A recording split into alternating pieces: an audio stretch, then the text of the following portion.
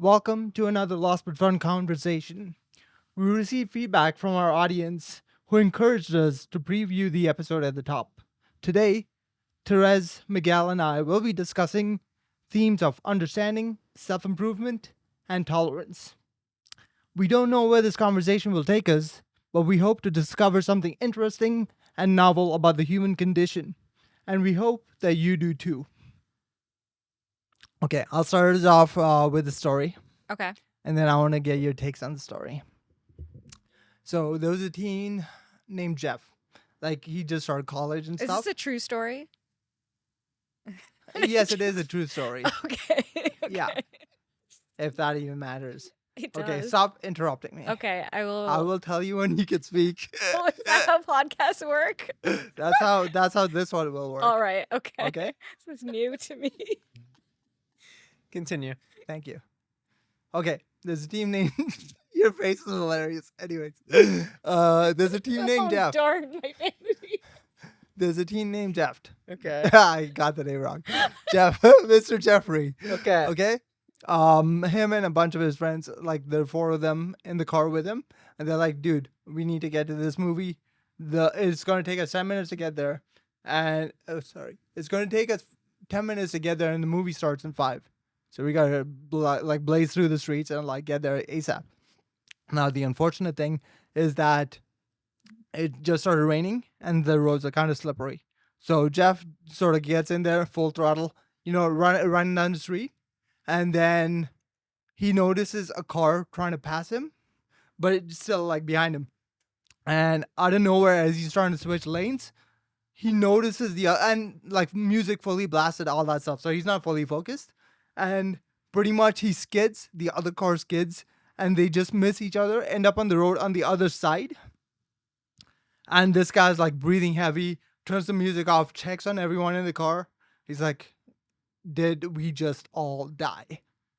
Right? Basically, it was like a very serious whatever. Now, as soon as he's like, "Okay, everyone's actually safe," now he starts thinking about the other car. Like, like that guy almost died as well. So he gets out of the car, trying to like talk to the other dude, trying to figure out if everything's good. And as he gets out of the car, the other guy from his car gets out. He's a big burly dude, like looking to mess someone up because he's pissed off that he almost died, like of no fault of his own, right? He was just driving. So as soon as Jeff sees this big burly guy run up to him, he gets back in the car. He's like, "I'm getting out of here because this guy's gonna hurt me." Because he pretty much said, "I'm gonna hurt you." It wasn't just a body language thing. So Jeff gets in his car, starts ripping through the street again. The other guy gets in his car, follows Jeff, and they're sort of like winding down the streets, kind of rural area, but they get into a strip mall thing. And instead of going in the front of the mall, he goes back to where the trucks are docked. And this other guy cuts him off and corners him against a wall. So the cars are sort of in place. Big burly guy gets out of his car, and pretty much Jeff is losing it because he just went from "I almost died" to feeling safe to just like, "Oh, I should check on this guy," and then to, "Oh no, this guy's gonna kill me," right? Yeah. So everything's happening, and then there's one chick in the back, Cassie. She's just like, "Yo, Jeff, lock the doors. He's gonna do something." And just as the burly guy gets to the car and starts yanking the door, Jeff hits the lock button. Like, okay, this guy's actually still trying to get in, just yelling profanities at Jeff. And Jeff puts his window down a few inches, and he's like, "Yo, I'm sorry. Like, I didn't mean to do it." Remember, he's 19, Yeah. right? So he's just like trying to make sense of everything because nothing's gone this wrong ever in his life. And then the other guy like puts his hands in through the window in the crack and tries to start trying to like open the door. And then, because he can't reach all the way down, he starts shaking Jeff. And Jeff's like, "Yo, I have no idea what I'm going to do. Like, this guy can actually hurt me." So Cassie in the back, this happened around like the early 2000s when not a lot of people had cell phones. But thankfully, Cassie's mom worked for like Rogers or one of those companies. So she had one of those bricks. And Cassie's like, "Yo, you better stop hurting us. Otherwise, I'm going to call the cops." In Jeff's mind, it's like, okay, cops are going to come and they'll see this guy's trying to kill me and stop him. And the big burly guy on the outside, he's like, yeah, call the cops. I'll tell them exactly what you did. And Jeff couldn't kind of fathom, like, both of them wanted the cops to be called, but they both thought they were in the right. Because Jeff thought, okay, this guy's assaulting me, so the cops will take him away. And the big burly guy is like, yeah, call the cops and I'll tell you that you were reckless driving and you almost killed me. Now, given the context of the story and how both parties saw that they were in the right, who do you think is in the right and why, and how would you deal with this situation? This is a very lengthy interview question. Well, it's this a is like story. you're gonna Google and it's like we have to test your ability. It's not. It's an interesting one. One, I wanted to set up the story because I thought the story itself is. It is kinda interesting. compelling. No, it is an interesting story. So your question is who is in the right? Oh, in your perspective, because both of these guys, remember, they're very fired up because they got adrenaline pumping. In my mind, they're both in the wrong. Okay. I don't think either of them are in the right. So if the cops showed up, what would happen? I think they'd get charged for they'd get charged for different reckless things. driving and and then for Interesting. Now I'd like you to take Jeff's perspective Mm-hmm. and make the best case for Jeff, and like you could do the same for the big burly guy. Right? Like I want you to, I guess, spend some time in their perspectives because it's easy objectively. We can both see that they're in the wrong, but at that point they can't see that. I think the. Sorry, what was your question exactly? I'm just taking in the whole situation. What was the question? Basically, the fact that both parties. Yeah, I think they're right. Yeah, but who is actually right / who is more right? It's funny because if you're asking who is more right, I agree with Trez when it's like both of them are now making bad decisions. But if there was this, more right option of where I had to pick, I would side with the burly guy who's upset because even though he's acting out in a way that is also now at his own fault, it's only due to the reckless decisions of the first instance, right? Okay. So nothing would have happened had the first person not made the bad decision, or the guy Jeff made a bad decision. So Sure.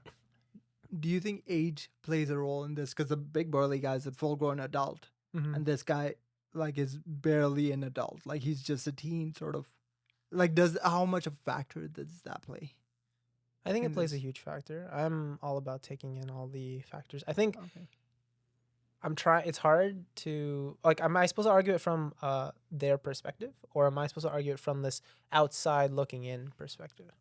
I would like you to be in their perspective. Tell me a story from their perspective. So I have a thought on it. Jump in. So I think if the big burly guy didn't threaten Jeff, then justice would have been served. And I think that he, in the sense that, okay, they both would have waited at the scene of the accident. The cops would have come or whatever whatever needed to happen. And there would have been some kind of consequence to the situation in the sense of like the burly guy goes over, he's like, hey, I'm going to report this for recklessness. Look at the state of our cars. He actually made the situation worse. He heightened it. So... But understandably so. Like, he almost died due But to he almost died, but they decision-making. both actually almost lived. Like, they both lived. Why did he want to kill him? It's like anger, right? Emotions take over. And I think... But is it justified? It's not that it's justified. It's that... okay, it's not justified. But at the end of the day, I also understand the rage. Because you almost died due to someone's bad decisions. Right? And I'm speaking now from my perspective, where I have... that is one of my biggest pet peeves is, with road rage. It's, something I'm working on. I acknowledge that it's not a good thing, right? That's the thing. You should... be calm and not be so affected by people's decisions. But I find that driving is something where, someone's bad decision can be the difference between like a good day of your driving or like an accident or something really bad. So when people make reckless decisions that could cost a life if I didn't or who this other person didn't react appropriately, and they're just completely like clueless about it, it's like, how can you be so reckless? You know what I mean? But in the teen in this case, Jeff was not clueless. Like he felt affected as well, right? But his decision making was poor, right? Yeah. Oh, I agree with you. So he made a Yes. reckless decision, Yes. not taking into the account that this decision could and would affect not just himself but everyone around him, right? hmm So there's that piece that is like why the other guy gets so mad. Like I was just driving, and out of your need to just feel like you own the road or how like whatever's going on through his head, it's like you almost killed us. What's the benefit of this guy getting like threatening him? No, there's no benefit. I'm not defending it. Okay. I'm just giving, like, the point is I'm giving context, or like I understand where that's coming from, the anger. Sure. It doesn't mean that he should have done it. He should have went after him. Mm. I'm like, I get why you'd be angry though.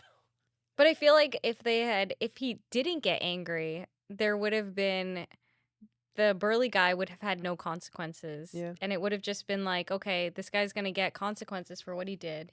He did the wrong thing. And then that would be the end of the story. So I want to question that a little, because if there was a miss like that, why would the cops get called? Well, they're on the other side of the road. Oh yeah, and but this is one of those. There's no divider, and it's kind of like a two-way whatever thing, right? Mhm. So, like if I played out that scenario, Right. it's like, oh yeah, we all live. Let's just move on. I don't see the cops showing Wait, so the up. cars aren't damaged? Yeah, because they didn't hit anyone or okay. anything. Okay. Got you. Yeah, But I yeah, mean, yeah. you could still call the cops for reckless You could. driving and report the incident. Yeah, but odds are because that's the point you were trying to make, is like if the burly guy did not Yeah. react, Mm-hmm. the cops would have dealt with Jeff. But in my mind, the cops would not It likely would have not not have been called because no damage, nothing bad. Like, But the it's- burly guy had every opportunity to. He could have called. He could have handled it in a way that was civil. Yeah, There was nothing holding him back from doing that. He Mhm. could have taken down the license plate number. He could have gotten all their names. For Whatever. sure. He could have handled it differently, Yeah, he could I have. agree with you. I agree. and there would have been a consequence for that, too. And in my mind, because when I heard the story, Jeff was the one telling me the story, right?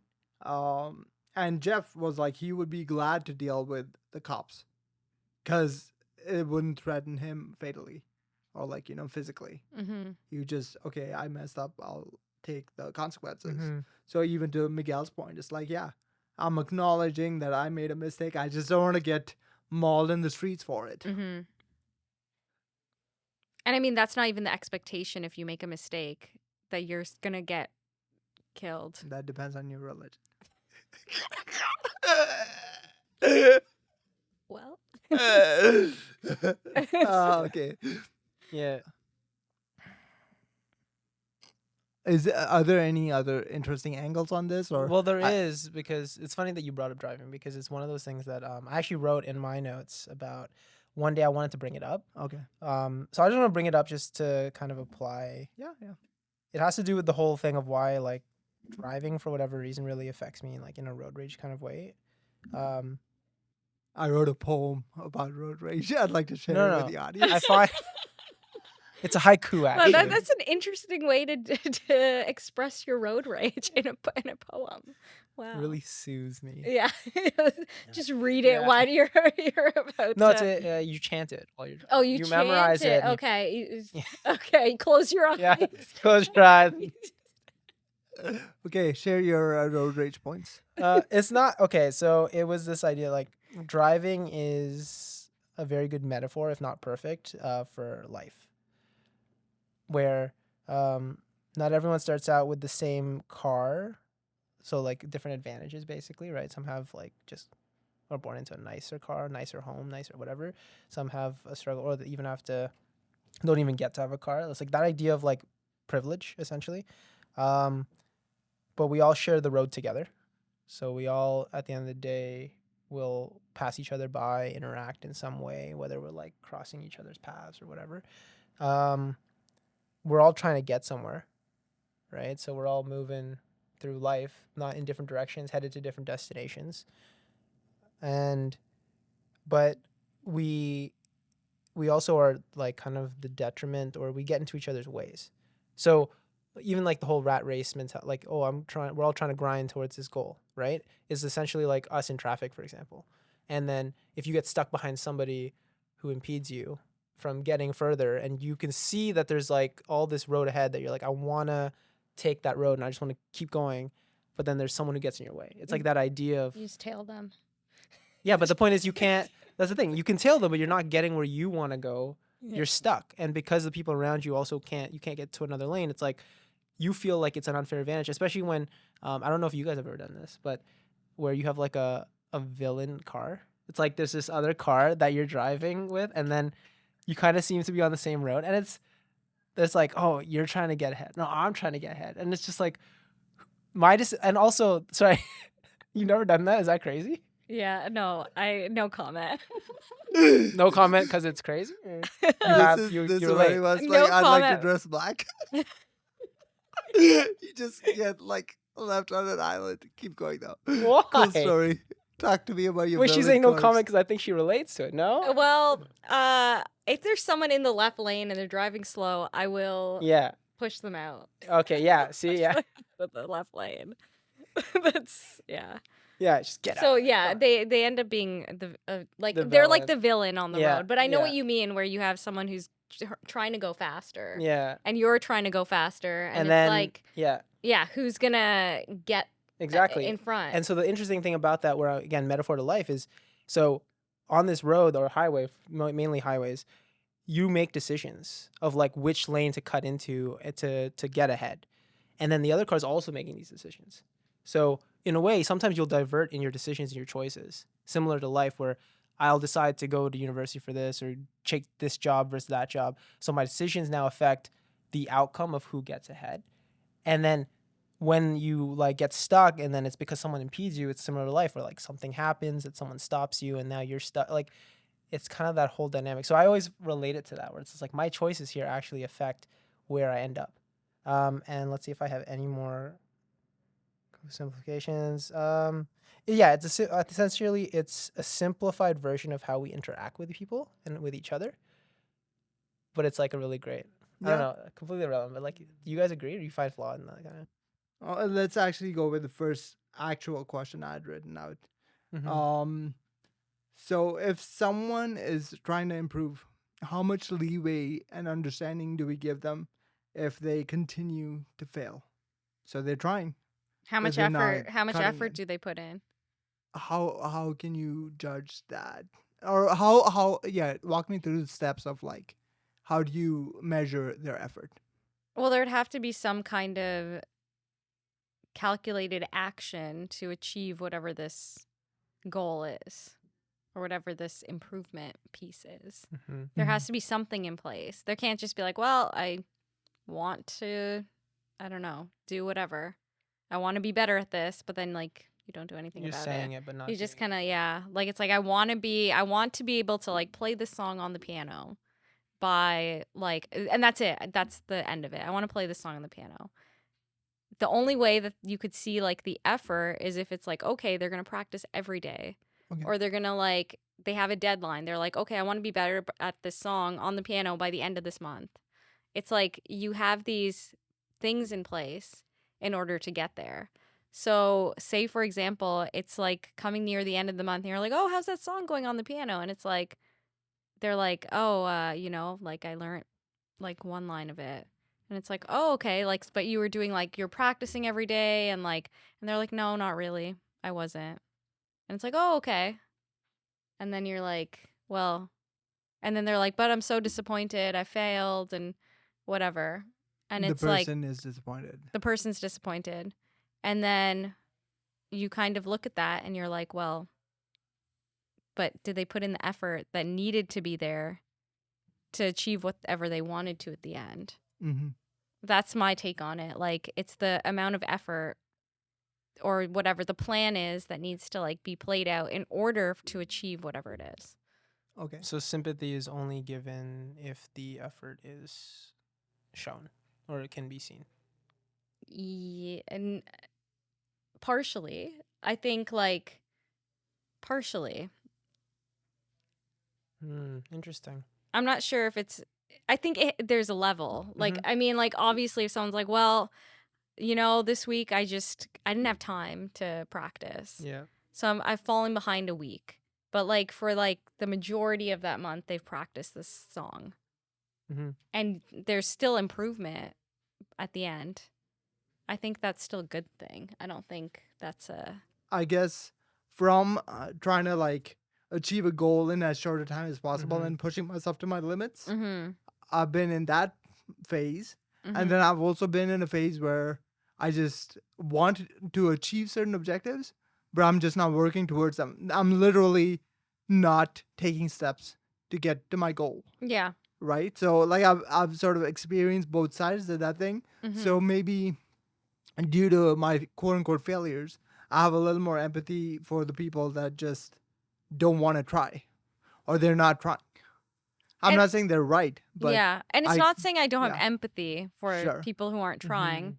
okay. It's just that, do these people want me to like feel bad for them for not achieving their goals? What do you think? Well, actually, Marlon, so you're by your questioning, right? Yeah, yeah. Are we trying to understand or discover what the line is to understanding someone? When should we have empathy towards somebody versus like I guess like what's the point of the question? What are we the trying to point of the discover? question? So I'm trying to figure out whether the person who says they want to achieve this goal Yeah. but doesn't actually do anything to achieve it, Yes. how much I guess Leeway support do we or give them? whatever Support. do we just ignore them because they're not being serious, or because their actions are not showing that they're working towards a goal?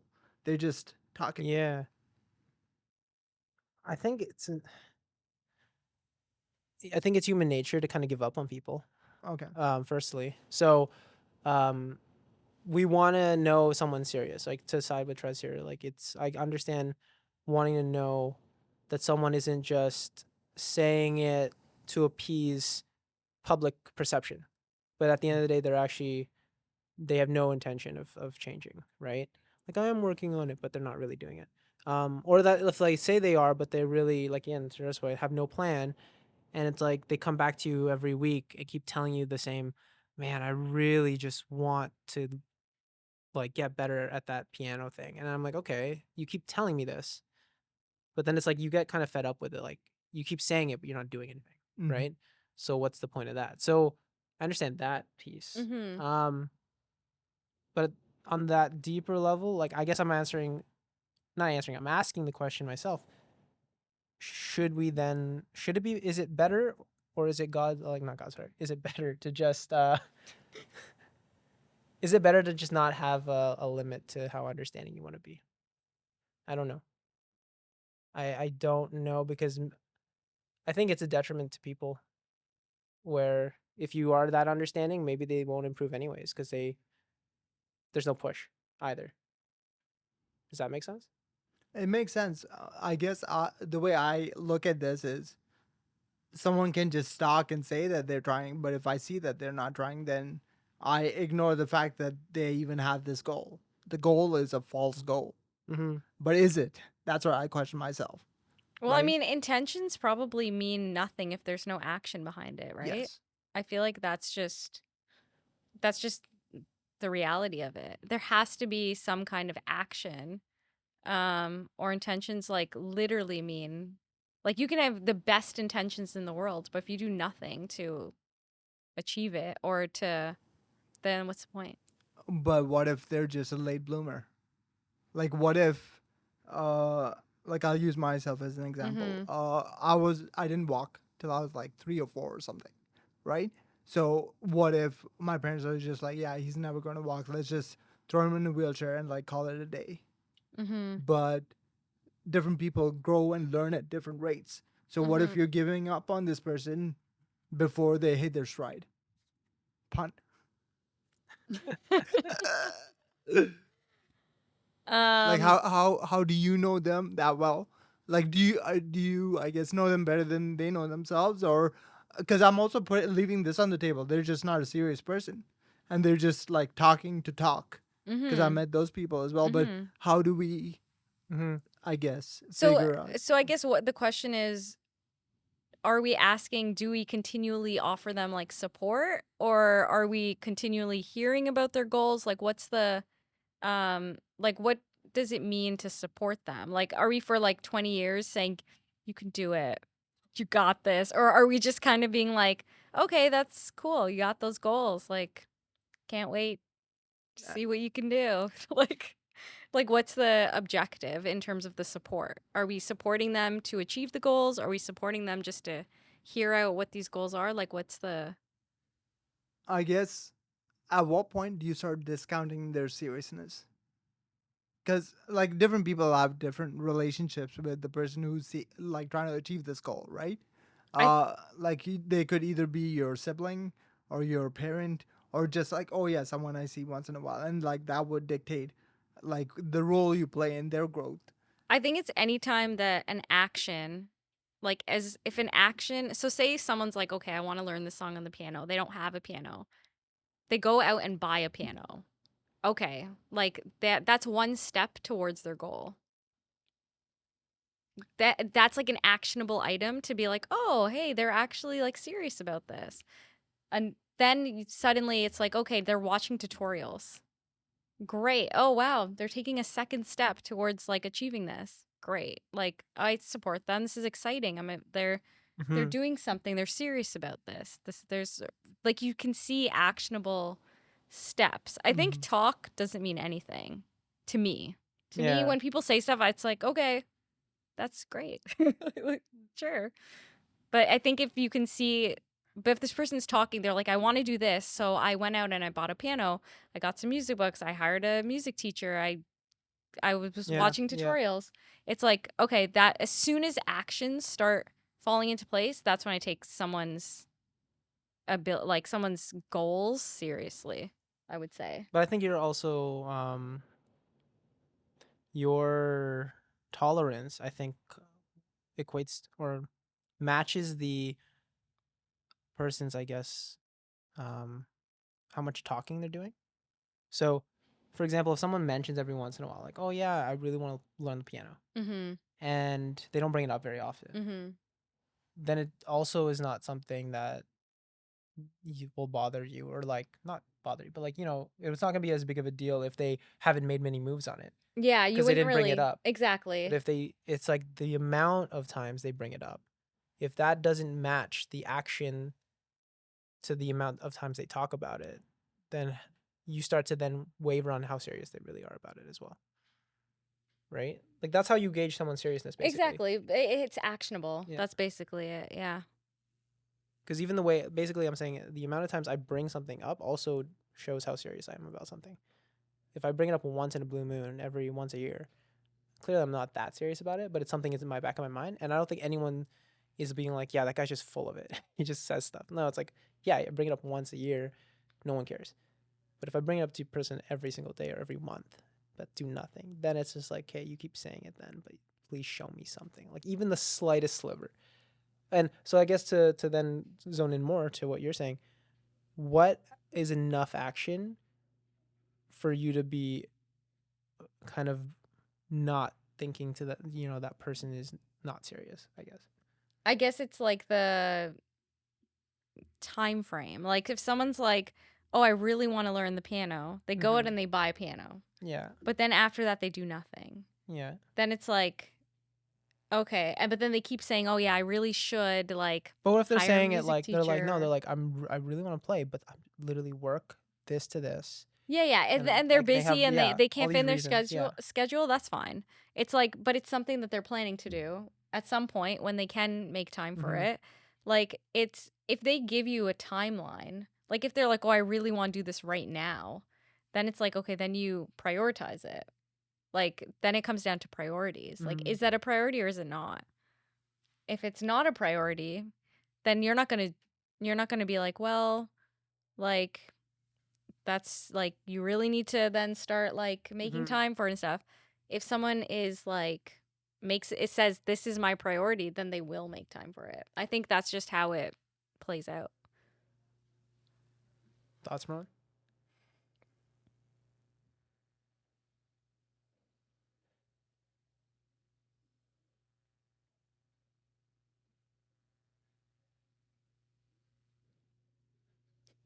I'm interested to know what your intention was with these questions. Like usually I think a directive of like something you're really trying to uncover to me is what will drive like the whole questions and the probing even more, right? Because you're not seeing the answer, or something about what we're saying still doesn't answer what you're looking for. So I'm still interested. I don't know. I can't really zone in on what you're trying to answer. I know. Well, the funny thing is, I'm trying to figure out the thing as well. Mm-hmm. I'm just trying to find the best way to get there. Yeah. Because on one, I'll just think out loud, I guess. On one hand, my thought is, what if you and this friend of yours value the thing that's trying to be learned differently? Like to you, learning the guitar is like something everyone should know because it's just it helps your brain, like finger dexterity and whatever. And then this other person's just like, oh yeah, if I get around to it, I'll get around to it, and like I took a few steps towards the thing, and now I'm like, oh, like I have work and like I have like my family to deal with, and like the guitar just takes a back seat. Well, I think Trez will agree with me when I say to the person who doesn't care too much to improve or get better at the guitar or whatever it is, it doesn't affect me, so it doesn't matter either. Like that's the thing, to the point of they don't bring it up very often. They clearly aren't that serious or about making a change.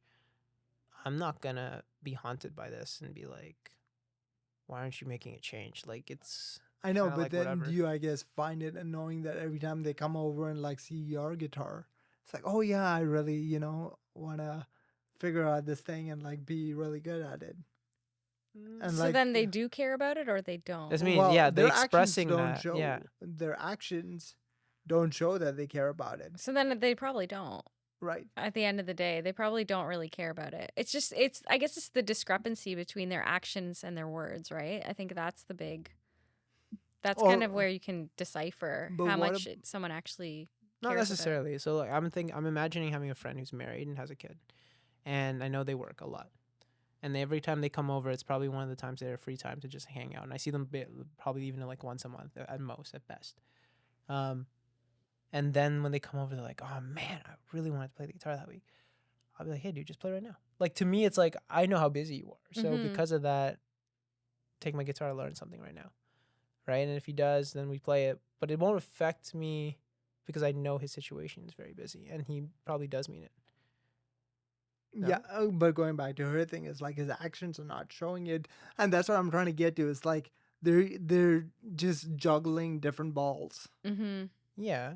But I guess it's just a different priority, right? Like that's not his priority. At like there are other things that take priority, right? Yeah, like If it's his family, then sure, that makes sense. Yeah, but it's like it's easy to empathize the family taking precedent Yeah. over like, oh, I just want to play some more video games, or I joined a rec league for football or Yeah. something. So that's I guess it but then it's not really a priority. Then he's putting the other things as at the Yeah, top but of his you're priority list. valuing, you're making a value statement that the video game is more important than family. Like I agree with you, but again, slot in different things for video game and family, and like where do you start? Like now you're talking about judging. Now you're talking about judging like their actions through your value system. No, video games are his top priority over learning the guitar. That's his prerogative. Like that's fine. That's okay if that's what he would rather do. I think I was gonna say like off the bat, giving an example of the guitar, at surface level, you're saying okay, it's your actions just need to match your desire, right? Your desire is shown by your action, right? Yes. But then then we started adding more complexity. So first you're like, hey, like, well, what if they're busy? Factoring in busyness. But then you can also factor in procrastination and self-confidence to motivate themselves. So like, let's do this with something a bit like working out or just improving your self-confidence. It's like, I want to be more self-confident. Nah, I need another example. Something, basically, there's a lot of other factors that can get in your way from making these decisions or making these choices to like go out there and do like to improve yourself. And once you factor in those things, then there's going to be more understanding as well. Right. So you're talking about like the human element piece of like, you know what, I haven't had a chance to try this because I'm scared of failure. Yeah. Or something like that. Like those. So clearly there's a bigger boulder in front of you. And once you hear that, you're like, oh, well, then it makes sense. I get Then why you're you more don't- empathetic towards it. Yeah. But is that, at what point does that end up being the scapegoat as to not do something? It's funny because I believe understanding comes obviously from people's personal experiences is how people become the most empathetic, right? When they relate to how that person feels and they understand it due to their situation. So depending on who you talk to, someone might not have as much understanding towards somebody who is very insecure because they're like, just get over your insecurities, right? Like if they've never really dealt with it. But then some people have had crippling insecurities and have had the hardest time trying to improve. So then their patience and tolerance is much higher because they also had that same hurdle and weren't able to just get over the hump quicker. So I guess the better question is it everyone's responsibility to reach that level of understanding that the most empathetic person would have in these kinds of situations? Or is it like that's unnecessary? It's just more so apply your experience and your standards to others to the best of your ability to understand their situation. I think the latter is the more reasonable thing because not everyone will get along with everyone else. Of course. But now the question becomes, how far should one push their understanding and empathy? Right? Because I could just be like, oh, Yeah. If you're not doing X, Y, and Z, you're cut out. Yeah. Like that's like the one end of severity. Yeah. But then what is the other end of severity? Like how patient are we called to be with someone who continues to struggle? Like what is the point where you cut someone off? And I think that's a personal question, but I guess where's that line for you? I don't know if you ever cut someone Yeah, off that's though right. for that. You cut someone Or off? stop taking them seriously. Mm. Because And what does that mean? I Define it personally with have like a threshold. I can't define it exactly, but if I keep hearing from someone like, "Oh, I really want to try this. I really want to try this," and like again, their actions are either not showing it or whatever, I'm like, I'm not gonna listen to what you have to say anymore. Yeah, you stop entertaining it at a Yes. certain point. So where is so I'm asking myself this question. Should we ever stop entertaining it? Basically, does everyone have hope to change? If they want to. I know. I think but- everyone has free will to like do whatever they want Yeah, and but at hopefully what and point- achieve something. I think that there's always the opportunity to like get to reach whatever goal it is if you set like certain steps in place. Mhm. Yeah, I don't think it's about cutting someone off, but I understand because I was saying there like he was asking like is there ever a line? I think there is definitely a point in time where time is just being wasted having the same conversation over and over and over again, right? Because no actions happen, no change has actually occurred to the situation, so we can't just keep talking about it over and over again. But how to navigate that? Maybe you just tell them like, hey, like I know that's what you really want. It's just I can't keep having the same conversation because nothing keeps changing. But hey, I'm here to support you. If you want to make a choice or make a change, do some action. I'm here to follow up with you and like help you maybe get that. Yeah, like see through that action, accountability or yeah. something. Like I'm here to like, hey, if you want to practice the piano like 3 times a week, like Yeah. I'll check in with you and see if you But there is a line. There is a point where you just stop entertaining this unnecessary conversation. Because what value is that conversation also having if nothing's being implemented? It's just talking about the same story over and over again.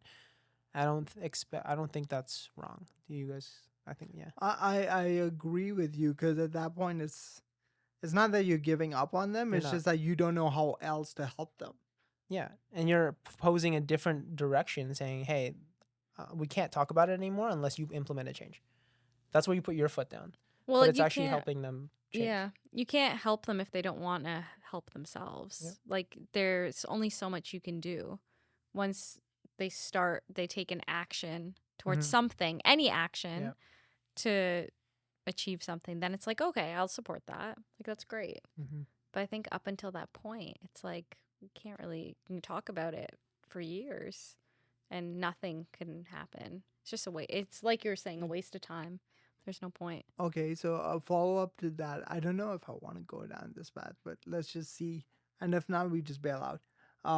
Sure. So you can only help them if they Help themselves. want to help themselves Yeah. and can help themselves. What if they're so distraught that it's like, you know what, I'm never going to be able to play the guitar. But you know that if they can figure out this like guitar thing, they have the potential to be like in a band or like, you know, Yeah. do something good for the world. Therapy. So you would That's an answer though. Yeah. send them to therapy, or If there's some emotional or mental hurdle that Mhm. they need to overcome in order to just start, for sure. Therapy, or like you try to help them work through like Mm-hmm. whatever it may be that's causing whatever it is that's stopping them. As what I'm trying to, I guess, pinpoint is like, at what point are you just taking on burdens that are not yours, or you're trying to like make something happen where it's their job to figure it out, not your job to help them. You know, it's like you can support someone who wants to be supported. I Or, think if they're willing to take the help, so like if you are making those suggestions and they're willing to, and they're open to those suggestions, then yeah, I don't see anything wrong with supporting them in that. I Uh, think if you can support them and that they are going to take action from your support, then that's great. If they're not going to take action from the way that you're supporting them, then it's like, okay, the efforts are kind of in vain. It's like, okay, what's the point? They don't really care to be supported. They can at this point figure it out, I guess, by themselves. mhm. And would you feel badly that the fruit doesn't show up, or it's almost, I have no control over this anyway, so why would I So how feel much bad personal about it? responsibility should Y- someone put on themselves to help others? Yeah. I think everyone has a different level of tolerance for that. So I get for now. I think it's just you have to really gauge what you're willing to give, and just give what you can. That brings me back to my other Mhm. question. What if I can only give you like barely anything? Then so be it. So to me, the question I ask myself is, should I be increasing my ability to give? Should you be improving that skill Yeah. set? Because I'm looking at it on both sides. On one end, this person's just being a dick and like they're not accepting help. Mm-hmm. And on the other hand, it's like I have all these resources that could end up helping someone, and I'm just being selfish with my time. I mean, if they want the resources, sure. Like I would say help someone as much as you can, But as long as they're open to receiving that help. If they're not open to it, Yeah. and then there's no point. Then you're literally wasting your time. But if like they're open to it and they're actually going to use the resources and the help that you're providing them, then I don't see why you wouldn't. okay, so here's my reason for why I wouldn't. Mm-hmm. Because I'm busy at work, because I have to care for my family, because I have all these other objectives that I want to achieve in my life. Mm-hmm. Like, why am I spending time with you? Well, I mean, it depends who it is. Is it like your friend? Like, do you care about this person? Like, these are all factors, right? Like, if it's like some stranger, Mm-hmm. then you pass them off to someone But else. that Like, shouldn't be a factor, but it is. It is a it factor, is. It but it does play. shouldn't. It shouldn't be. I mean, every human at the end of the day Mm-hmm. is valuable, but yeah, if It's they're human nature to, it's yeah. yeah, like you'd be more willing to help someone who's like your friend, someone you care about, Right. as opposed to like Because you're really gauging it on whether they're worth it or not, right? And the friend, you know them, so there's more like it's worth it, versus someone you don't know. You actually don't know how well they're gonna take your advice, if they're gonna stab you in the back with the time you've given them. So it's like I'm not gonna But what if trust you. like you see the hunger in their eyes? You see the Right? You hunger in see their like eyes. they're yearning for the resource that you have, either your time or like Mm-hmm. your skill set. Just like an hour with you would just be amazing to them. But you're like, no, no, no, I'm really busy. You don't understand. I think if you actually can help them, but you choose not to because of whatever. Like if you can unselfishly, like if you can just be like, you know what, like I can actually not do this for one day and just hang out with them for 1 hour and try to provide them some Mm-hmm. resources. Or even from that situation, kind of investigate, okay, how can I outsource this? Yeah. Like, just figure out a different type of way that this person can be helped so that you're not the person they fall back on.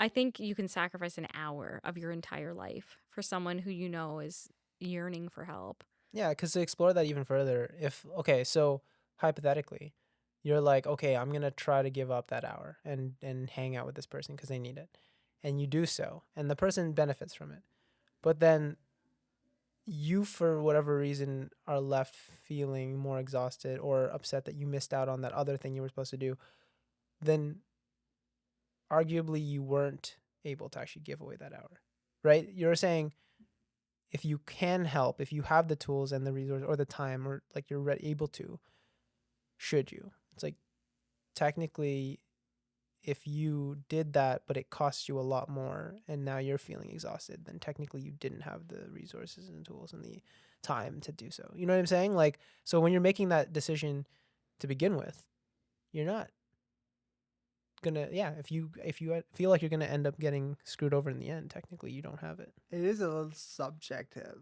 in my Mm-hmm. opinion, because let's It is put subjective, yeah, 100%. yeah, Yeah. yeah. So that's why I'm sort of like trying to figure that piece out, where like how much good Yeah. is one person called to do. It's almost like, if you want to look at from like, if you have certain talents and you're just Mm-hmm. using them for selfish whatever, you can boost yourself up like pretty well and then not care about other people or whatever. I honestly don't know what I'm saying right now, but I'm just gonna Well, no, continue I my thought. think to jump in though, I was thinking of so imagine like all three of us were about to hang out and go watch a movie, Yeah. right?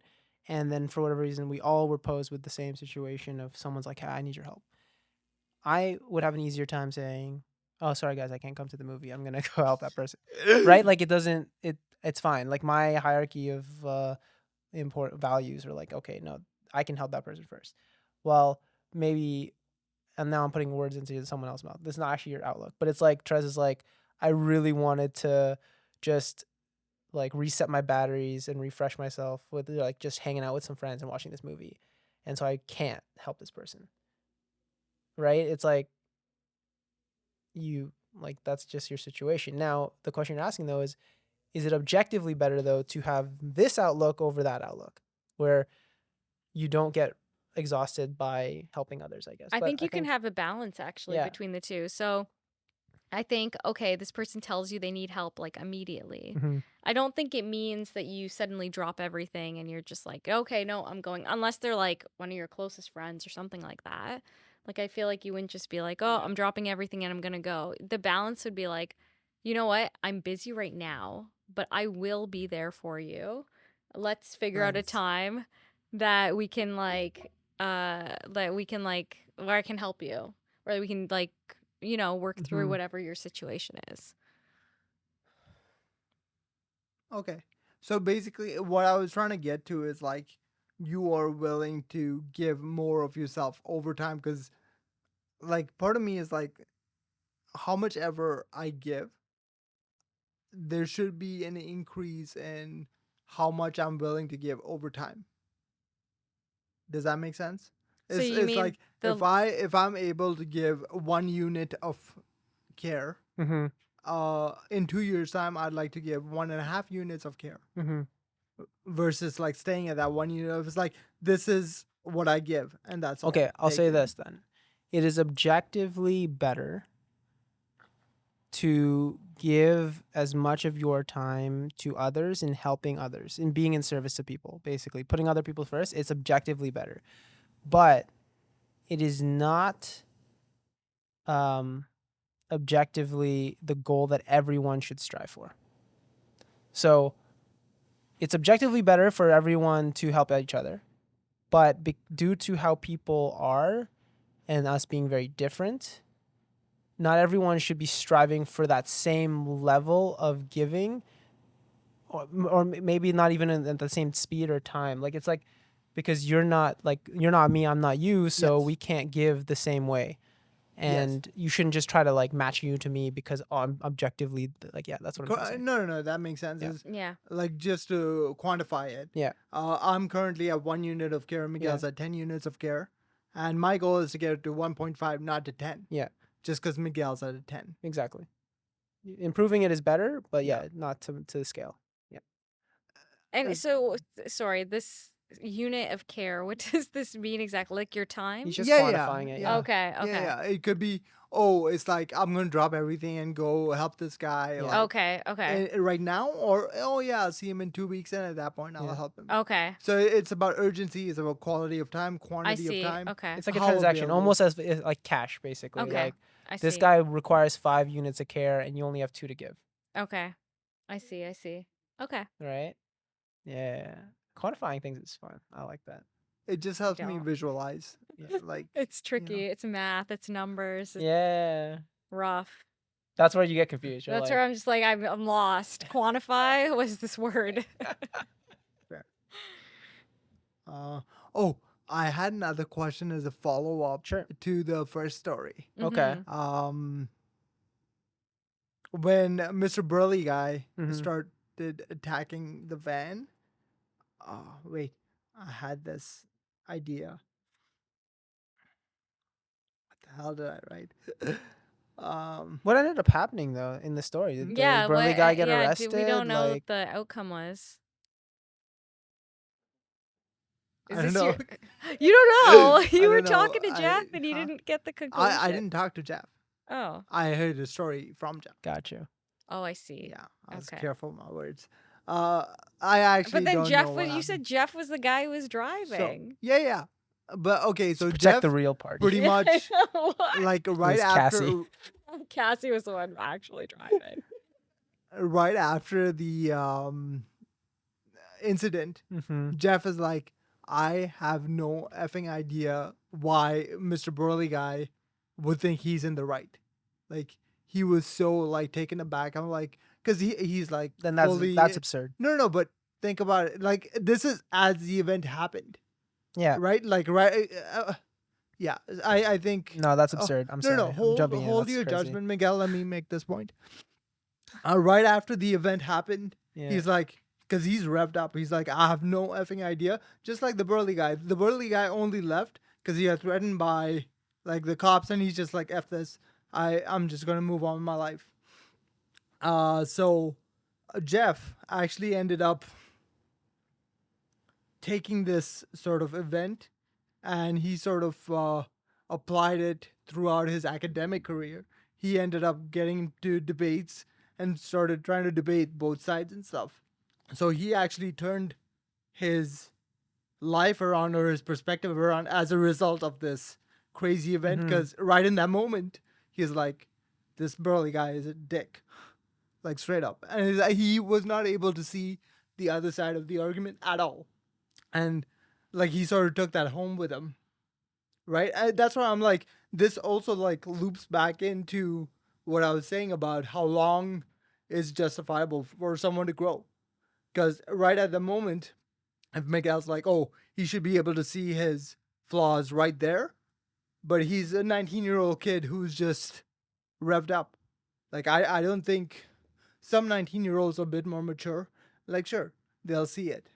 But it was But- sorry. Go finish. But most people, like I'm putting myself in that Yeah. position, I probably wouldn't have, or maybe I would have, but I Mhm. could see why certain people would not. So okay, let me follow up with. Let me ask one question Mm-hmm. because I actually it's a little vague in my brain what Jeff did that Mhm. caused the accident. Okay. I'm assuming it was like a cutoff. He just cut him off, and then they ended up swerving. And Yeah, because of the weather conditions. it was a weather thing. Yeah, because I don't, because the roads were wet. Okay. They were like hydroplaning. So he cut him off or So merged. he Like what was trying the- to like switch lanes. Yeah, And like they almost hit each other, and like that's what ended up having and both of they them both swerve. slid. Yeah, and they swerved and like they ended up on the other side of the road.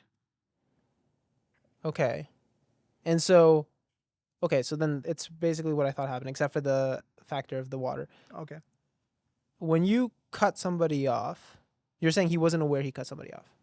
He Like he was didn't check aware. his blind spot. No, Like, no, he felt bad that Yeah, he almost like one, he was thankful Yeah. that he was still alive, yeah, and two, he's like, I want to go apologize to this guy. yeah. But then after the guy started trying to attack him, Yeah. he's like, F this guy. Because like he Yeah. went in with the best of intentions, Yeah. and then the other guy was just being very like abusive, Yeah. like wanted to physically hurt you.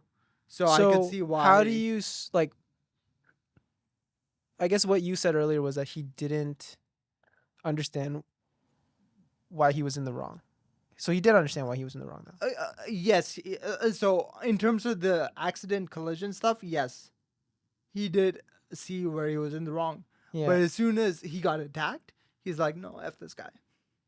Like in I don't his get it. mind, How could he not see? How did he suddenly? It doesn't take away. Erase. Yeah, it doesn't erase what he did, though. I feel like he's justified in being angry. Yeah, in exactly. the sense of so he's justified in being angry. He's not justified in beating me up. exactly. Okay. Yeah. That's yeah. And I think the other point I want to make is, Therese, you're like, I don't think, based on your experiences so far, Mm-hmm. you've necessarily had the threat of someone like about to physically beat you. I think it could be a guy-girl thing, right? Maybe 'Cause, I don't think. And I don't think someone's threatened to do something to me because of something I've done. like not physically, because I Not think physically. So yeah, I mean, this guy could threaten to beat me up if I caused an accident, but I don't think I would. I would probably hide in the car. It would be a scary situation, but I wouldn't drive away. sure. No, I agree with like the points that you guys are making, but I want to push back a little on Miguel's point of Mhm. like, yes, I take accountability for my actions, but you're justified in being angry at me, but you're not allowed to beat me up for this. Mhm. That's the point I'm trying to make. Mhm. So that's why Jeff felt like, okay, this guy's in shit because he put his hands on me. He And did. he's So willfully doing actually. this. He did actually. Because when he got cornered in the car, he had his hand through the window. Oh, you mean at and the he was end? shaking Jeff. Okay, no, Yeah. but I mean at the initial phase when he got out of his car and he said, "I'm going to beat Mhm. you up" or Yeah. whatever. There was no physical contact then. So I feel like at that point he should have just responded being like, "I'm really sorry. I Mhm. was wrong. Can we talk about this?" Or something, just de-escalate the situation as opposed to Yes, I'd like to bring the physicality. Well, actually, I wanted to say one more thing, though. Yeah, please go ahead. So let's escalate this further. So the burly guy punches him in the face. Mhm. Then after goes, dude, I'm really sorry. My bad. Is he gonna be like, okay? Is he gonna not take the police after him? Is he also not gonna try to get justice? Like, again, it's revenge is a common part of our characteristics. So out of anger, he would probably be like, no, screw you. Like, I'm gonna call the police. You're definitely getting like. His response isn't gonna just be like, I understand. Right. So it's the same thing now in reverse, right? Where like if that happens, is he saying no, screw this guy? And then when the burly guy when Jeff says, hey, I'm gonna call the police, or he does call the police, does the burly guy go, nah, screw this guy, and then kills him? Like it's this weird except like constantly now one-upping, like, well, you did this, but now I did this, so now screw you, I'm gonna do this. Like Mm-hmm. and that's the Jeff mentality that I was like pointing at, where it's like, you don't erase your wrongdoing just because the other guy tried to escalate it. Yes. Because you messed up, you need to de-escalate the situation Okay. because you know you messed up, you hurt this thing, not escalate it further and be like, nah, screw him. Like, so But yeah, that's exactly the point I was trying to make, right? It's like, he was trying to like not move into like a physical altercation. He was trying to de-escalate. Yeah. I agree with you that he shouldn't have driven away, but all this is almost like when you're faced with a threat, you either freeze or you run. And in this case, he chose to run, which yeah, was the worst of the two options. But I'm really trying to like zone in on, I guess, at what point should the understanding be offered? Obviously, both sides should offer understanding, yeah, but ideally, yeah. in terms of the guy who almost died as a result of this teenager's actions, like, you did not die, so should you be more understanding of like, okay, it was a close call, guardian angel watching over me, nothing actually happened, and then they're probably also shook up in that car. Let me go check on them, versus like, raging out. Like, I want to, I guess both sides should be doing the best thing, but I'm not trying to justify the choices of either side. But I'm just like, if I was in that situation, what would I have wanted to do? What would the best version of me want to do? I think that is such for me, it's tough, personally speaking, because if I think about like, okay, let me put this into like a real life, so like not story, but like a real life scenario or a relatable scenario where right now I was the burly guy, but I died because of that choice. Does everyone in this room go, I forgive you immediately? Is it like To Jeff. to Jeff? The only difference now you're saying is the reason I shouldn't come out, none of you should come out with anger, is because I didn't die. Like if I did die, it's like, oh, understandably so. We're all angry. Maybe we want to persecute him, get him to go to jail, whatever. But if I didn't die, then all of us are going to be just like, oh, thank God. Okay, we're safe. Great. That's a crazy one emotion to another, solely based off the one factor of, hey, we're okay. To me, that's the hard part for me that I struggle with. Where it's like, no, okay, thank God I'm safe. Thank God, like I'm safe. Ooh. But I could have been dead because the action could have caused the same like result, right? Like that carelessness would have caused my death. It's lucky I'm alive, not because lucky he swerved this way. No, lucky I survived this. Not to the choices of this person who made this decision, right? Right. And so that's the hard bridge I'm trying to understand where, okay, maybe it's better to be able to just like come out of it being like, oh, be grateful and not be mad. But I have that struggle. I don't know if it's a question of not being mad. I Yeah. think it's a question of how you communicate the anger. So I think like, is the anger being communicated where you go and punch this guy out, or is the anger being communicated by just having a conversation and expressing it in a way that this is serious? Yeah, and that's feel the like point. that, I don't yeah. think anyone's justifying the burly dude's actions as far as like his decisions. What am I? I feel I still am saying. Okay, let me actually Yeah. get to the question I was going to ask as like a callback to this. I guess I'll just read it. I don't know what to do. When we think that people are trying to attack us or our group, we fail to see that they're just trying to protect themselves because they feel vulnerable. And this is literally looking at the scenario of Mr. Burly Guy, where he didn't, I guess, rage out because he wanted to hurt this kid, but he came out because he was so emotionally charged up because he saw how vulnerable his life was.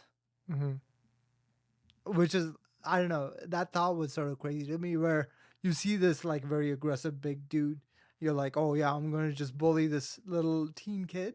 But even the strongest looking guy just realized like You almost my died. life is fleeting. So now I guess I'm trying to figure out the question in this question, or in this sort of insight, I guess.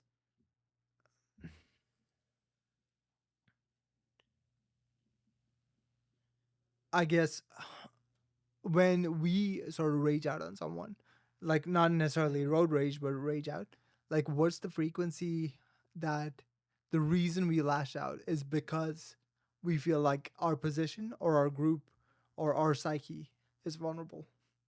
Like, do you have any examples like that? Lashing out? No. Because really, I don't. what are reasons that you think are justifiable to lash out, or that you've actually like gotten pissed? I don't think there's any reason to lash out. And you disagree? Because you just made a case for Mr. Burley guy, like he was uh, justified in lashing out at this teen. I didn't say he was justified. I didn't say he was justified in chasing him down and beating him up. I understand where the anger is coming from. Okay, I justify the anger. sure. So that's, I guess, what I'm trying to get to. Yeah. Well, I mean, When you is- can't control that feeling, but it's what you do with it, right? Yeah. It's the feeling. Well, the feeling first is a response, right? Sure. So I'm justifying the response, saying the response is justified. It's very like understandably so that you're getting angry. But yes, self-control has to take over, and also calmer minds. Like that's the whole what you should strive for. Objectively, that's the better solution, is to be calm. I'm still struggling with this whole scenario. Why? What's your Yeah, take what's on? the issue? Yeah, what's the implication? Like the last thing Miguel said with Just now? no. The last thing you said that made me think Yeah. Okay. was just because this teen made this decision, and just the fact that I didn't die Mm-hmm. shouldn't absolve him of his bad decision. I'm saying it shouldn't. Of, It of can't- his recklessness. Yes, but I think what I was trying to say more so when I meant that made that comment was I shouldn't have some sense of peace about myself when I get out of the car because of that, because I survived, right? Like the anger is coming from the fact that this action could have caused my death, right? And the only reason I'm alive is because I got lucky. So that's why there's anger.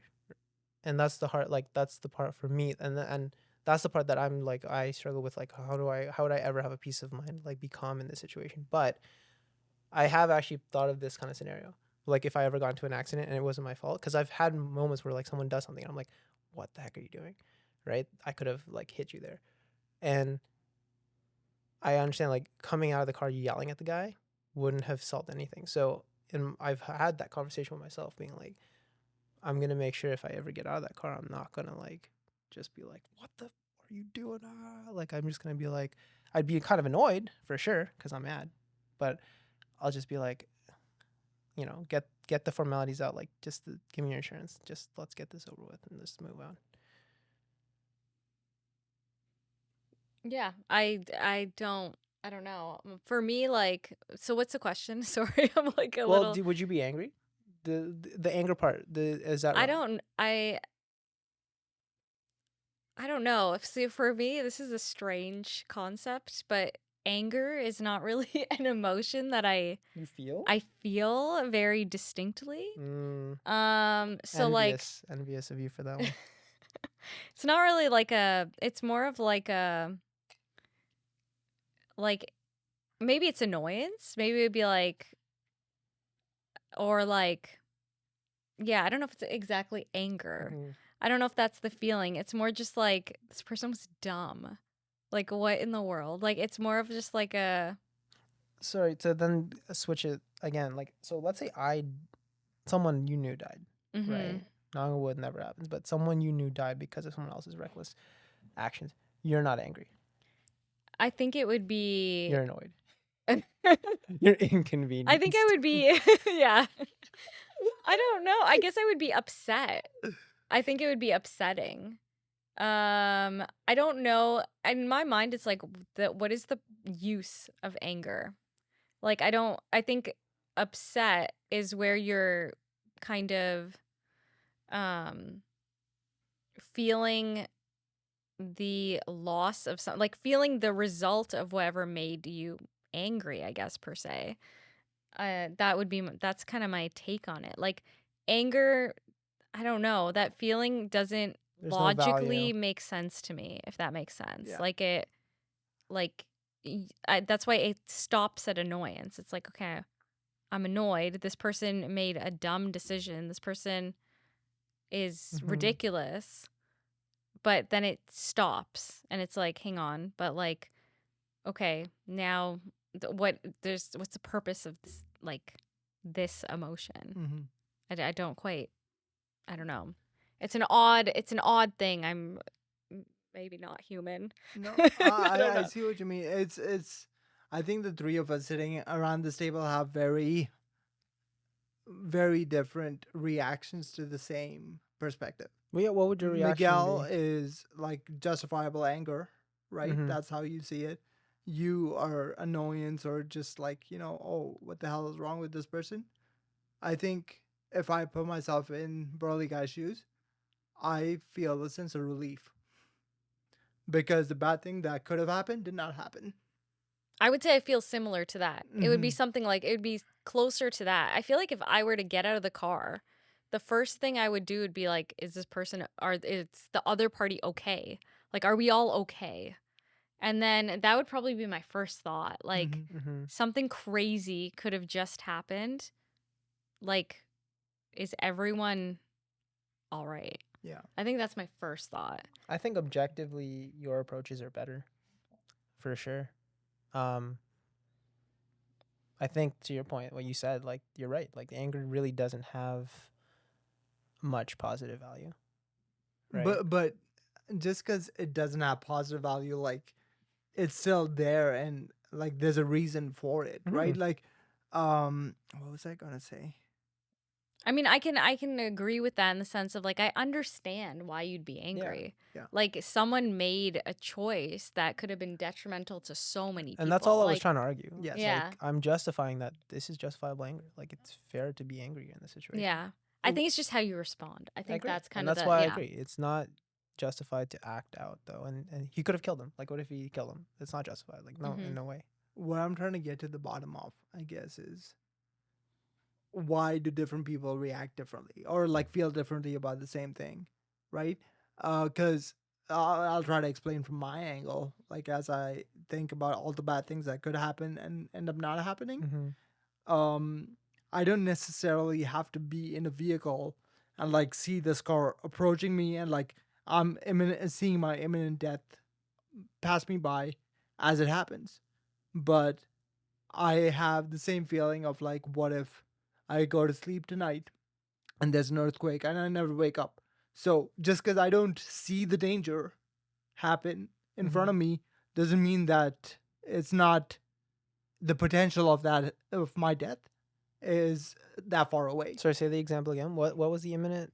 Of like basically happened? you're seeing someone cut you off and Yeah. like, okay, the collision could happen right in front of your eyes. Yeah. Right there. Yeah. But if we go to bed tonight and there's an earthquake or Yeah. some kind of natural catastrophe, Yeah. I could die tonight as well. Like, just because I don't see my end coming, Yeah. doesn't mean like I'm not almost going to die. But natural catastrophe is still different from someone's choice, right? So, I guess It's like if I let's say it was like right now, it was like I was playing with a knife. I was just like doing this, and I was like woo in front of Trez's face, right? And I actually stabbed her in the eye. It's like my actions caused that, and I could have been more careful with the knife. my recklessness with the knife is the direct cause of her like getting stabbed in the eye, right? And or like even if I was just flipping it right now and it almost grazed her face, she could be like, whoa, what the heck are you doing? And there'd be a justified anger to be like, you could accidentally poke me in the eye. Are you like, why aren't you being careful? So are you more upset that someone else made you feel vulnerable and like Mhm. almost face death, or the mere fact that you're about to face your death? I think it's a mix. I think the main one is that your recklessness could have caused just like, even not life, but just like damage. You I could, think it's the fact that it's avoidable. yeah, exactly.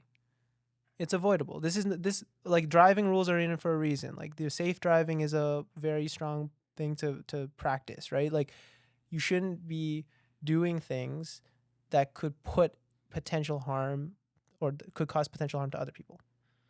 And so when you do something that is clearly going to like have risks essentially to others, that's what causes the anger. That's where the anger is coming from. It's like, why'd you do that? Yeah. I mean, I have a situation of something that happened earlier or last year Okay. where I won't tell this story, but Wait, what? Okay. I don't know if she comes across it. Oh, But true. she was reckless and Yeah. something happened Or he. and or he and I ended up in the hospital twice. So, I can understand why a circumstance, like the whole thing was completely avoidable. There were warnings in place, like don't do that. Like, maybe be more careful. Constant reminders. Constant reminders, and something happened, and I ended up in the hospital. Basically, what we were warning you to not do happened. Yeah. And then, yeah. So I think that in that case, it's just kind of like there was no point being angry, but I think it makes you end up being like more cautious. You have a different perspective of like, I don't know. I don't know what my point is exactly. It's just like, I don't know if the emotion I felt was anger. It was different. I honestly think that's incredible. I think I don't know if it was anger. It was more like disappointment. You're like discouraged by like human like behavior, choices that people make, like yeah, it's more like those kind of feelings. They lean more towards the like sadness in human I mean, like in human nature. Like, what is this? Like, why does this happen? It's like the why. It's more of the why instead of the reactive response. Like, why why do people do these things? I think it's more like that, as opposed to it being like, this person wronged me. And you don't feel you feel more what she feels. I actually take it one step further from how she feels. Really? Weirdly. Which is because I think, what was it, 2016 or 2017? Yeah. I was literally leaving work and like a 24 foot or 40-foot freaking truck T-bones my vehicle on like a red light. Yeah. And the car's fully totaled. Yeah. And like there's a whole like story behind that. But my first thought as I realized that I was still alive was, I wonder how he feels. Not like, oh, this guy almost killed me. Yeah. I can't explain it, Mm-hmm. but that was my first thought. That's so interesting. Because like he's got to live with that. Because I think you both you both have understood and processed the fact that the anger doesn't get you anywhere. So what's the utility in it? What's the point in feeling it, or really like stoking the fire and making it worse? I don't think it's that for me. Really? Okay. Because I get angry about stupid shit. Okay. Right? Like it's not that I don't feel anger. You're just not in those situations. Yeah. Just not in those situations. I think a lot of my anger is like internalized at myself. Because I get angry. I do get angry. It's just not at other people as much. Is it because you hold, and for both of you, this is for both of you, is it because you hold, not hold, but you put less responsibility on people's shoulders? You hold them less accountable? Like you almost people are dumb anyways. So. Like not dumb, but you know what I mean. It's just like you just basically downplay them as like people are gonna there are gonna be people out there who are just gonna be dumb and I make guess these it's like at the decisions. end of the day, what can you do? You can't change people. You can change Yeah. yourself. You can, if you mess up, yeah, you can be angry at yourself. You have full control of that. If someone else messes up, it's like no control of that. You know, Like, one other piece to it for me that is that really does stand out is I think because staying within the driving example, as someone who's driving, I'm conscious of my space around me. And even if like merging, for example, if someone in the other lane is going a lot faster, I'm not gonna merge and cut them off, even if they're like 10 or like maybe 5 cars back or 10 cars back. It's like I'm going to wait till they pass and then like I'm very conscientious of You're like doing the do unto others. exactly the whole like Mhm. do unto others. I'm really trying to be respectful and safe around like the people around me. So I Mhm. guess feeling like there are people out there who aren't even reciprocating that or even trying that, it's like partially taking it like not personal, but like yeah, like taking offense to it. I'm not taking it personally, but I'm taking offense to it. Like why like yeah, Like, I mean, I understand it to a degree. Like, so when someone is like, you want to get it. Okay, here's an example. You want to get into the right lane so you can turn. Everyone's waiting at the red light, but this one person can just move up a little bit so you can go forward. And they're just like not. yeah. And they're just not like they don't care. Yeah. Like they don't care Yeah. about being courteous, like a Yeah. courteous Letting you driver. And pass. it's just Yeah. like, and it's like I always move. If I see a car that wants to go right, I will always pull up and let them go right because I'm just like I hate when people do that.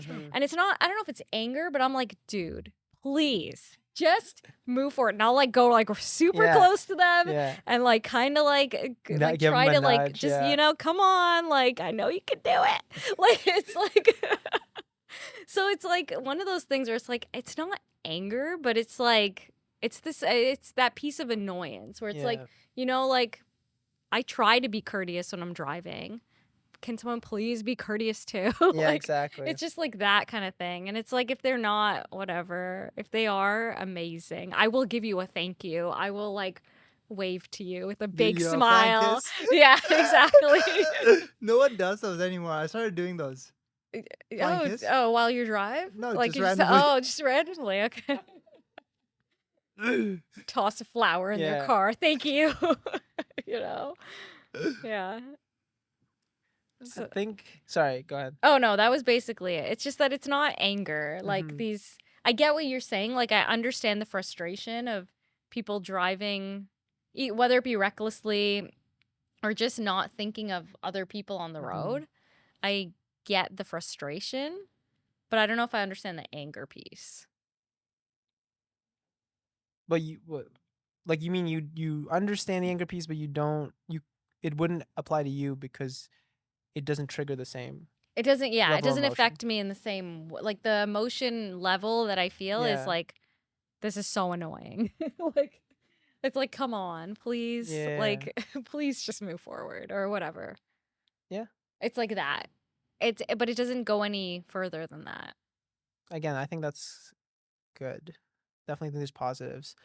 I was running this other idea though where I'm like, is there a case to be made though that the anger exercised or practiced appropriately, it has value in that it may affect change. So if I'm angry with my kids, it helps them to understand that what they did was wrong versus just being like annoyed. You know, like the Is that gravity of situations, or even just like my anger in myself of being like, I hate that people do this in driving or whatever.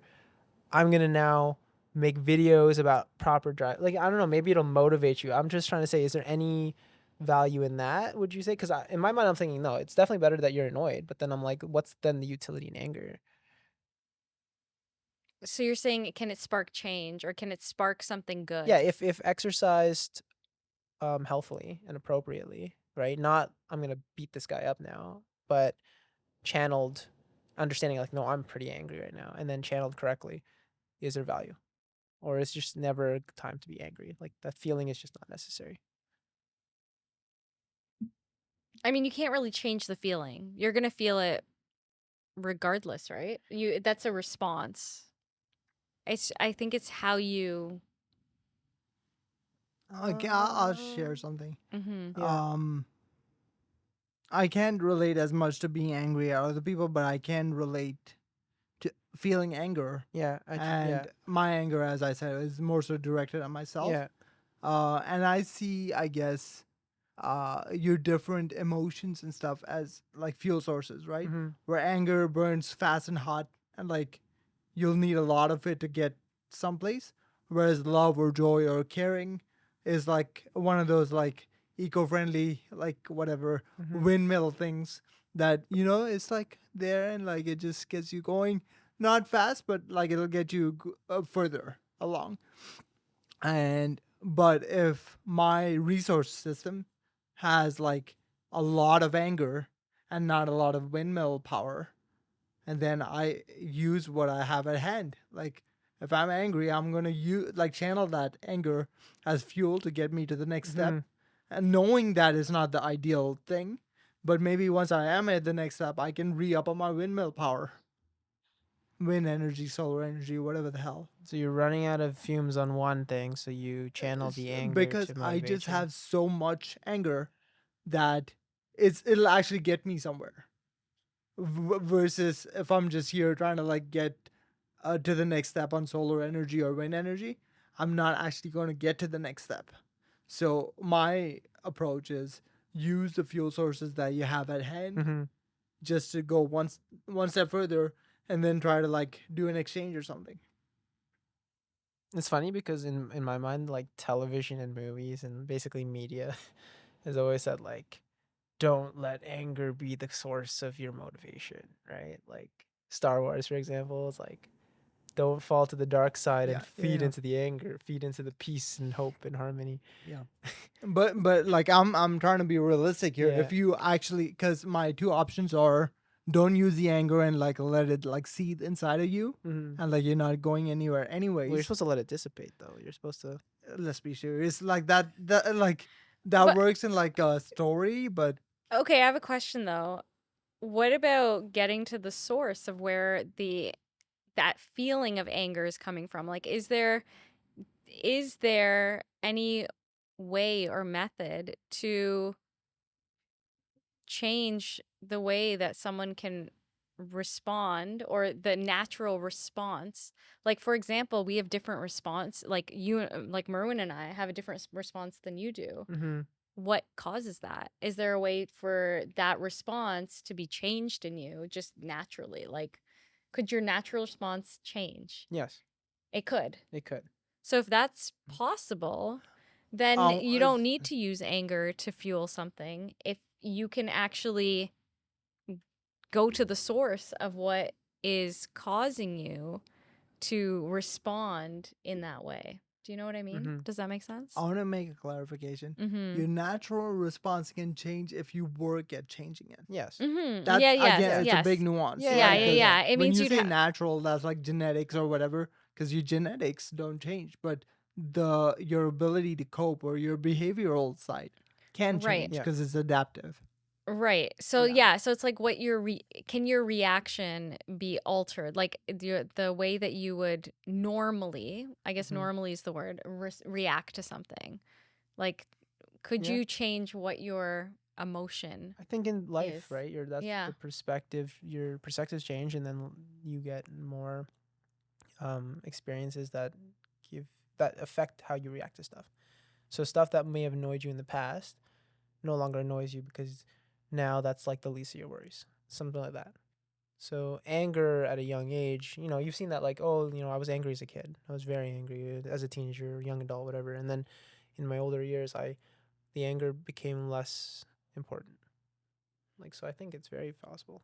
Oh, I'm gonna go back to my point a little. I'm not sure if I made it or communicated as clearly to you. Yeah.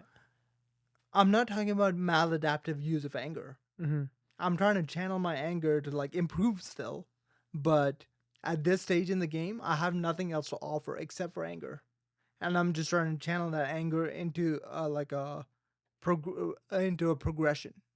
And I don't want to depend on anger forever. Mm-hmm. But if anger is all I have, or the most of what I have right now, I think that's a good thing to get you to the next step, because unless I get to the next step, I cannot reflect back and figure out why I was angry because I I'm don't blinded know. range. I don't know Yeah.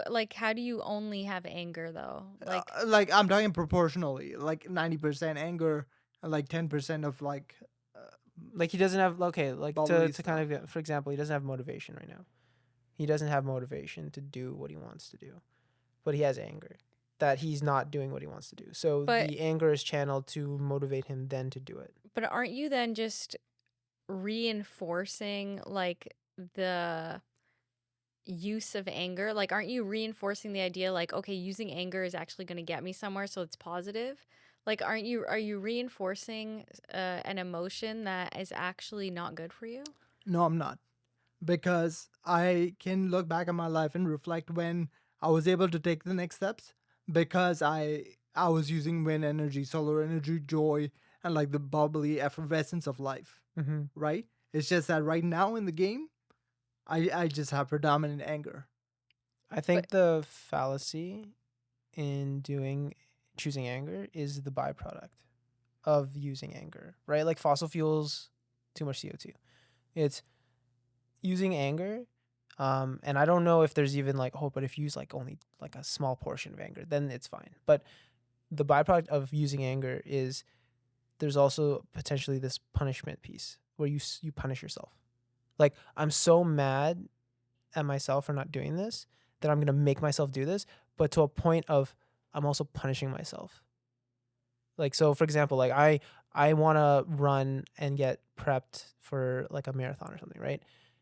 And it's like okay, healthily enjoying running is different from I better run and I better run like 20K until like I'm exhausted. And it's actually hurting you, but you're like, no, I'm angry. I need to be motivated. So I'm going to do it. But then you're actually punishing yourself through it. yeah, I agree with that. Yeah. I think you're pushing yourself to like a level that is not actually it's like a false sense of something that's good, but it's Mm-hmm. actually not good. I think what you said is right, but Mm-hmm. I think you're focusing on the maladaptive use of anger. And maybe I'm speaking about this from What do you mean by maladaptive? What does that maladaptive mean? is literally when you're not ready to run, Mm-hmm. you go and do 20K because that is going to hurt you. Yeah. But I'm talking from the perspective of someone who has used anger successfully and sort of like regulated how much I burn in the tank. Mm-hmm. So can you give an example of that? Like what do Yeah. you mean by Is using there it a famous effectively? YouTuber who's done such a thing? No, Oh. I'm literally talking from like my own life experience. Okay, got you. So yeah, give me an example. Right. So let's just keep with running or working Mm-hmm. out, right?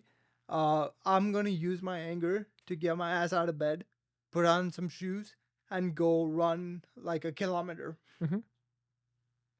And like each And morning, you're I will, capable of running the kilometer. yeah, and Yeah. I will tap into that resource every morning. And how do you tap into it? Just being angry at yourself. Yeah, Okay. yeah, It's that anger of yourself to motivate you. Yeah. yeah. So, because I have done the other thing where I'm gonna go work out until I can barely move, and I that's the maladaptive side, and I've learned from doing the maladaptive stuff and be like, okay, if I can tap into this thing and just move to the next step each day, 1 kilometer, 1 kilometer, and then eventually, I have a lot more of the endorphins or whatever dopamine hits from the running. So now I have to tap into less of the anger and just look at the benefits of running. And like, oh, I actually enjoy this. Look, the sun is up, and like the clouds are open. And now I'm running because it's great to run. So here's my question. Can you feel angry? Can you it, is there any way to change it or are you stuck with that emotion until it disappears? Part of me is like, why does the world see anger as such a bad thing? Because I see it as another resource. Like there are reasons for my anger, right?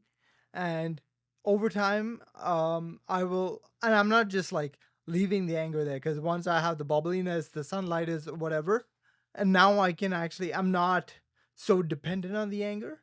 So now I can question like why I was angry, what led me to feel that seething rage, right? To begin with, and then because my goal is not to like depend on the anger at all, ideally, right? So once I can sort of figure out why I was angry, then I can sort of like reduce the amount of time spent in anger.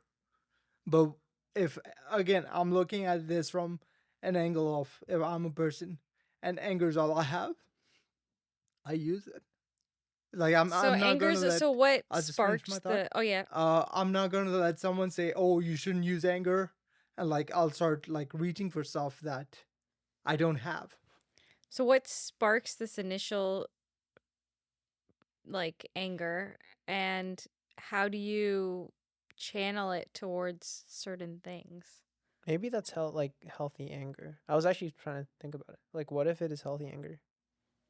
Because I was asking earlier, right? Is there such a thing as healthy anger? Mhm. Where, imagine he made a promise to himself to run 1 kilometer every day for the next month to get himself back on track for his training, and 2 weeks in, he's like annoyed now. He's angry actually at himself because he didn't do it. Mm-hmm. But it's the what he needs to motivate himself to actually get off his butt and start running. And it's not a punishment because he's not going to now do 2 kilometers and like run himself dry. He's just angry enough to the point that he's like, I need to. It basically like it's wood to a fire. Like you're So is that emotion anger, or is that emotion something else? frustration. Yeah, like It's is it anger. It's, It's anger. so like what is so can you explain that emotion? Like you hate yourself for it? Like what like yes. okay. Is that good though? Is No, that that's where I get. That's that's the where end. Yeah. that's the Hey, part shut where up. Shut you know up. that's the part where it that's where it changes, right? I don't know if you're supposed to be hating yourself.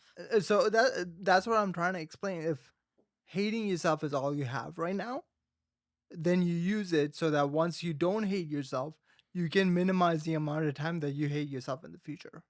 What I'm trying to get, it's like not to I guess make this I guess about religion, but Mm-hmm. it's almost like if I'm way off in the deep end and like I'm like worshiping Satan or whatever, or like I just don't care about religion, and like I have someone sort of like do the rosary. I'm not gonna relate to that, but I can take a marginal step closer, right? With Using your what I have. A bad analogy, but So the way I'm kind of seeing this anger, like I can so there's I feel like there's a difference between hating yourself and hating the situation. your yeah, and hating like your ability to be motivated or your sure, yeah, inability to stick to your word yes, or your like commitment to your goal like issues. Like I can understand that. And I can understand being angry about that. hmm But the hatred towards yourself is the piece that I'm having a hard time finding the positive benefit in. I agree with you. I think it is difficult to identify the thin veil between the two because one is who you are, the other one is what you do. But you are the common factor between those two things.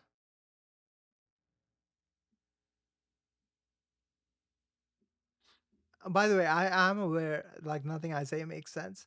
I'm just trying to like get No, I'm interested because I'm almost playing with this idea. Like, is it okay to be angry at yourself? Maybe it's not good to be angry at others because there's not much good that can come from that. But is there good that comes from being angry at yourself? Because there's a line that's too far, which is the whole hating yourself, going like to the point of like rage towards yourself. Yeah, that's not healthy. But Because like yeah, like even hating yourself, yeah, what does that mean? Like do you want like bad things to happen to right, you? exactly. Yeah, see, that's Yeah, like way like too that's far. like That's that's not where good. That's not yeah. healthy. But angry at yourself as a motivator to tell yourself you're having enough with yourself and your antics and you need to do better. That's positive, right? I would say if you're angry at your actions, like your character, your lack of character, your lack of motivation, I think that's different. Like I think wanting bad things to happen to Yeah. you is where it becomes strange. Yeah, that's the I think self-punishing piece. That's the yeah. byproduct of it. That's not Yeah. good. That's the maladaptive nature of Mhm. anger. I Mhm. agree with you. Yeah. Okay. Mhm. That's it. I think Yeah. that's what it is. Yeah. Like, I think you can be angry at the situation, or I think you can still be angry at yourself in that you're angry at what you're doing, your actions. I say, like, you're saying actions, I'm saying yourself because you're in charge of your actions. I think you can be upset Yeah. at yourself. Yeah. I don't know if you know, like, I think that's different. I feel like So- it's different. See why? Actually, yeah. So why are you so particular about that? For me, it's like, okay, you can be angry at yourself, just not hate yourself. For you, it's like you shouldn't be angry at yourself I feel like you can be disappointed. You can Yeah. be like, I feel like once you because anger at yourself is where you're actually wishing bad things, No, right? not You're necessarily, not. You're no. not wishing something bad on This is a yourself. classic. Like, anger doesn't always mean revenge either. Okay. Health, So what? like you can be, yeah. So what does it mean exactly then? It means you are fed up. Frustrated might not mean fed up. For me, anger means you're fed up. So what does that entail? Uh, what does it entail? As in, like, how do you feel? Yeah, like yeah, Angry.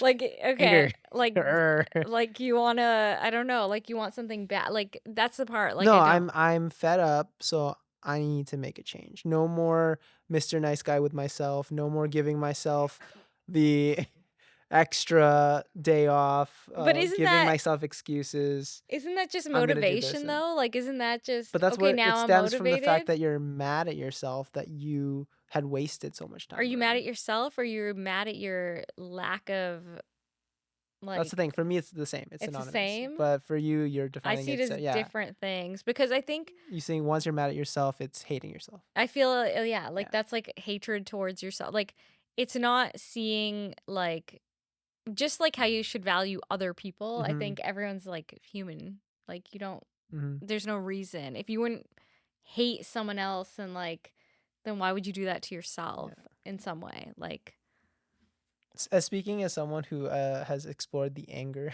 emotion a bit more, I guess, I think there is definitely a difference between anger of hating yourself and like an anger of just being like frustrated and just like fed up with yourself. yeah. Specifically. Okay.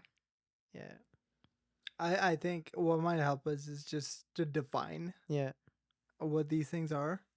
Defining Basically, anger. if I you know. take a disappointment and upset, Mm-hmm. and you add testosterone to it, that becomes anger. As I'm watching this conversation play out, I'm like, what's the difference here? You guys are saying the same thing. One It's- of them yeah. has testosterone. Like, Yeah, literally, it's a strong feeling of annoyance, displeasure, or hostility. Oh, So it's it like is levels. annoyance. It's So yeah, it's so but like it's a when I stronger feel feeling of annoyance. okay, it's a strong feeling of annoyance. So I just feel annoyance, and then you feel a strong feeling. a feeling of very strong. It's feeling of very annoyance, to the strong. point that I want. It's like there's this grinding of your teeth to that moment. Like, why? Okay. It's just that one little step forward. Okay. And then there's that level step forward, which is the hostility piece, like the anger of literally a strong feeling of hostility, which is like that's like dangerous. Interesting. Don't feel that. That's not good. can I take us to the next question? Yeah. Sure. Topic of moral humility. Do you guys know what moral humility is? No. No. So Yeah. moral humility is let's I guess think about intellectual humility Yeah. of things that you know that you don't know certain things, like how a rocket ship engine works. It's like, okay, I don't know this thing. Yeah. But now when it comes to moral humility, it's the things that I believe might not be all correct. Like morally, Okay. ethically speaking. Yeah. Do you think that you have moral humility? So I don't know if this is correct. I'm Basically, humble enough to acknowledge I don't know if this is actually correct. yeah, but so just actually, yeah, go ahead. No, is that right? Run with that. Yeah. So do yeah. I have the humility to say I don't have all the answers? morally speaking.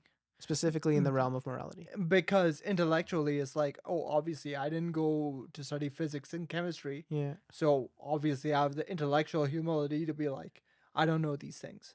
But morality is like a human thing. Almost every human alive Yeah. has a sense of morality, right?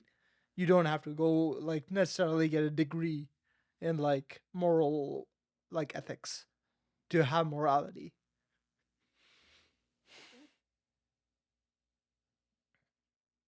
Okay, I will say I want to put a peg in that. Then I want to actually talk about this in its own It's already 11, so I kind of want to like say, okay, we'll cut it for now, and then we'll revisit this. I feel like this is a pretty big topic. Yeah, exactly. It's a Okay. big topic. It'll end It's up being its huge. own whole 2 Yeah. hours or 1.5, and I Sure. kind of want That's to. what I'm thinking, because because I have a lot of thoughts Yeah, actually about it. exactly. I like tons. I like the topic a It's a lot, really but I good want to topic. dedicate the time to it. Okay. Is there anything else you'd like to say about, I guess, the topics that we did discuss around understanding self improvement and tolerance?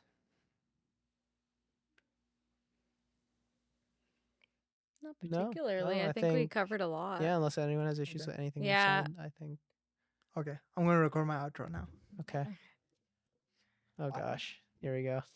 Thank you for listening to that Lost but Found conversation. To leave you with a quote from Malcolm X, or Malcolm the 10th. Don't be in a hurry to condemn because he doesn't do what you do, or think as you think, or as fast. There was a time when you didn't know what you know today. I'll say the last line again just so you could. There was a time when you didn't know what you know today. Cool. Sick. Malcolm the 10th. I wanted to squeeze that in. Okay.